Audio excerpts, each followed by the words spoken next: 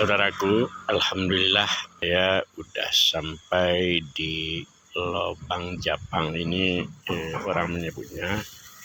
Nah, di sini ada tertulis apa ini ya? Kurang jelas ini.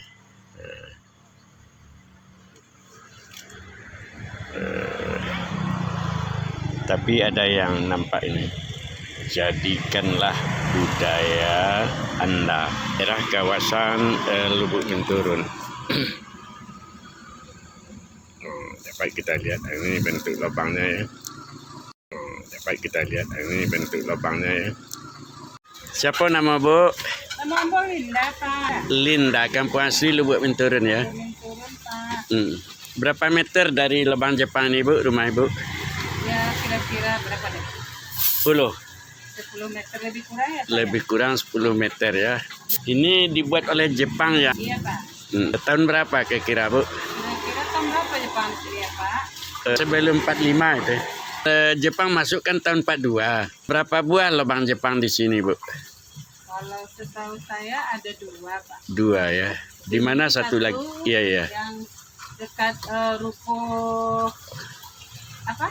Grosiran itu, Pak, yang gandeng 2 itu, Pak. Sebelah kanan ya. Ini lebih kecil itu, Pak. Ini yang lebih besar daripada yang di dekat ruko gandeng 2 itu, Pak. Iya. Tapi masih dirawat itu ya? Oh, enggak, Pak. Enggak ya, lagi. Kayak gitu aja, tinggal kayak gitu aja, Pak. Artinya diakui sebagai milik kebudayaan di sana. Sebagai pemilik cagar budaya enggak? Enggak, atau udah liar aja? Ya, biar kayak gitu aja, Pak. Iya. Oh gitu ya. Karena tidak ada yang mengurus ya, Pak ya. Iya. Tinggal kayak gitu aja. Tapi enggak ditimbun orang ya? Enggak. Ya, letaknya pun di pinggir jalan, Pak. Iya. Jalan itu masyarakat. Nanti kira berapa meter dari sini Bu? Ya lebih kurang 1 kilo lah ya, Pak ya. Lebih kurangnya 1 kilo dari sini. Iya. Pernah dirawat apa ini? Karena ini udah semak belukar ini ya. Enggak pernah, Pak. Enggak pernah ya. Enggak pernah, Pak. Apa sebabnya Bu? Karena memang pemerintah tidak perhatian atau seperti apa? Ya sepertinya kayak gitulah, Pak ya. Iya. Karena nggak pernah dirawat, cuma ya masyarakat aja yang di kerannya kalau ada semak-semak kayak gitu, Pak. Iya. Ya rumputnya ditebas sama masyarakat. Nanti kalau ada dilalang apa gitu, Pak. Iya. Kalau pejabat pernah lihat ini Bu? Kurang tahu saya. Enggak, kurang tahu ya. Kurang tahu.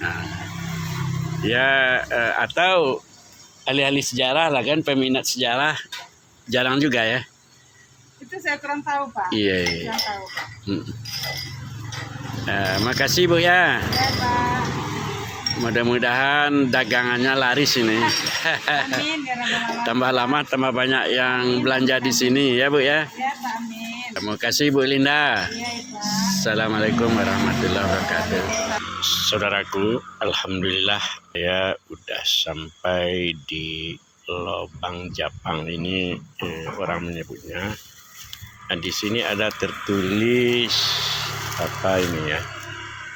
Kurang jelas ini.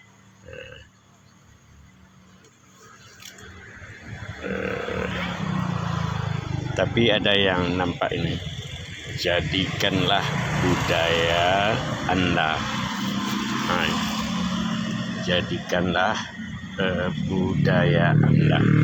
Ini orang Sumatera Barat menyebutnya Lobang Jepang di daerah kawasan Lubuk Menturun. Dapat kita lihat ini bentuk lubangnya ya.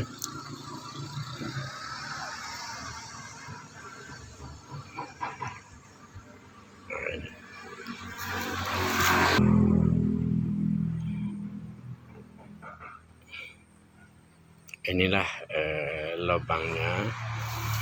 Ini kabarnya dulu sebagai benteng pertahanan bala tentara Jepang, di mana pada masa pemerintahan Jepang kan sering terjadi peperangan ya, dan ini tempat untuk apa?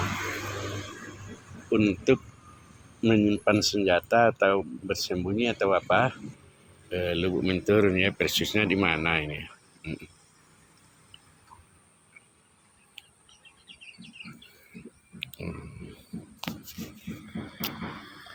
Bagian dari sejarah yang tidak bisa dilupakan. Saya percaya bahwa dalam kehidupan berkesejaraan itu ada namanya informasi tentang sejarah. Yang kedua, bukti sejarah. Lalu yang ketiga, narasi lengkap tentang sejarah. Dan yang keempat, usaha membudayakan nilai-nilai sejarah. Nah, ini adalah bukti sejarah ini. Dan upaya kita untuk melestarikannya salah satu lewat video ini, saudara. Assalamualaikum warahmatullahi wabarakatuh, saudaraku. Tempat-tempat sejarah sangat menarik untuk kita lihat sebagai pendidikan sekaligus sebagai inspirasi bagi kita untuk turut memperhatikan atau memperjuangkan Republik Indonesia ke depan yang lebih baik.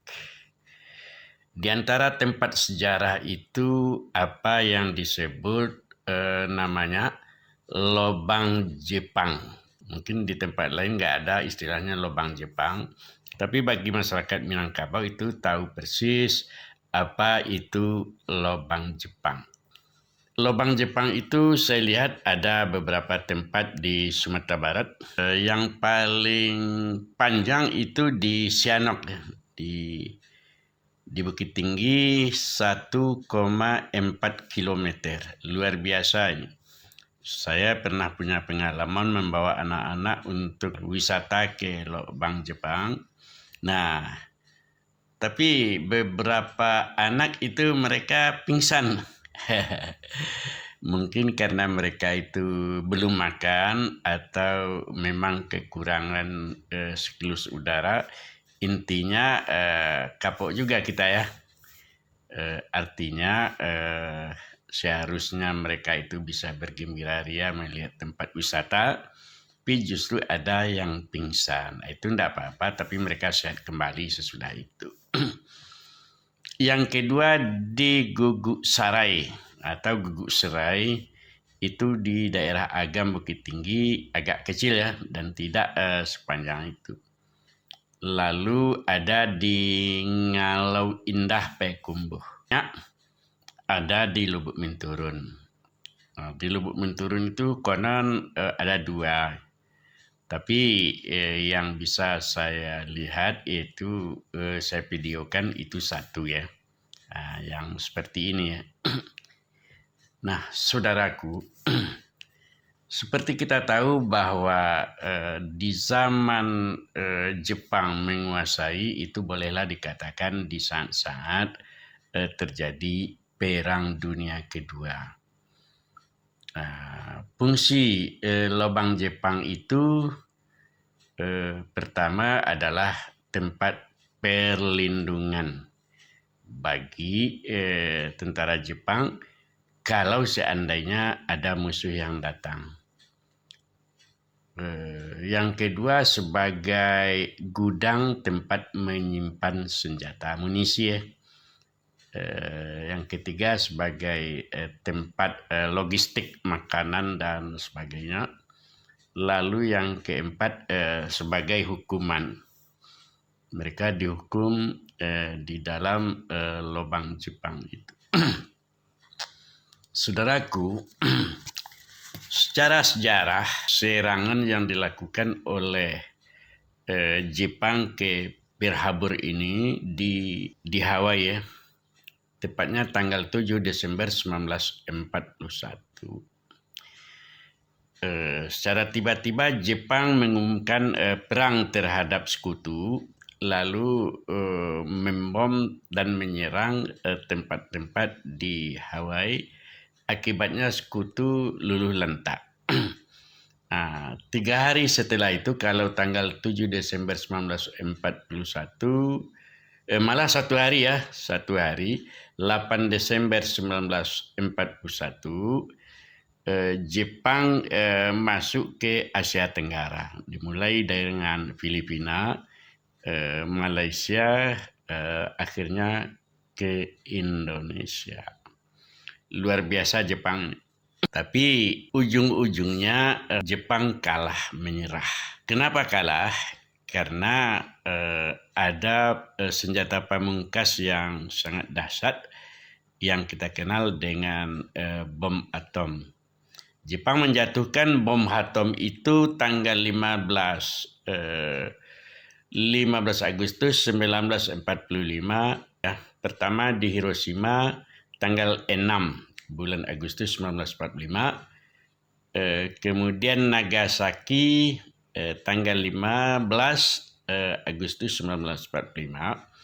Akibatnya tidak ada lagi dalih bagi Jepang untuk tidak menyerah.